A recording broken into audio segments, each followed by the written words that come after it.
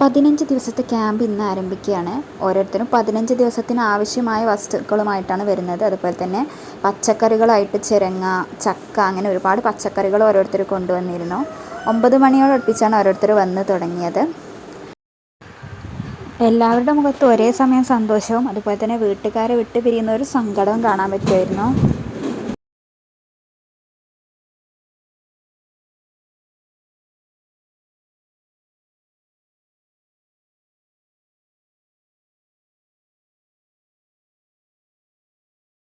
അതിനുശേഷം ക്ലീനിങ് പരിപാടികളായിരുന്നു. കുടിവെള്ള ടാങ്ക്, അതുപോലെ കോളേജിൻ്റെ പരിസരങ്ങൾ ഒക്കെ ഒന്ന് ക്ലീനാക്കി എടുത്തു. പിന്നെ പായസം ഉണ്ടായിരുന്നു, അതൊക്കെ എല്ലാവരും കുടിച്ച് നല്ല രീതിയിൽ. ആദ്യത്തെ ദിവസം കാര്യമായിട്ട് പരിപാടികളൊന്നുമില്ലായിരുന്നു. പിന്നെ നാളത്തെ ദിവസത്തിനുള്ള ഓരോ പരിപാടികളൊക്കെ എഴുതി വെച്ചു. പിന്നെ പച്ചച്ചക്ക കുറേ കൊണ്ടുവന്നിട്ടുണ്ടായിരുന്നു. അപ്പോൾ ഇന്ന് രാത്രിക്കൊക്കെ ചക്ക കൂട്ടാനുണ്ടാക്കാനായിട്ട് എല്ലാവരും കൂടി ഇരുന്ന് അരിഞ്ഞുണ്ടാക്കുകയായിരുന്നു ചെയ്തിരുന്നത്.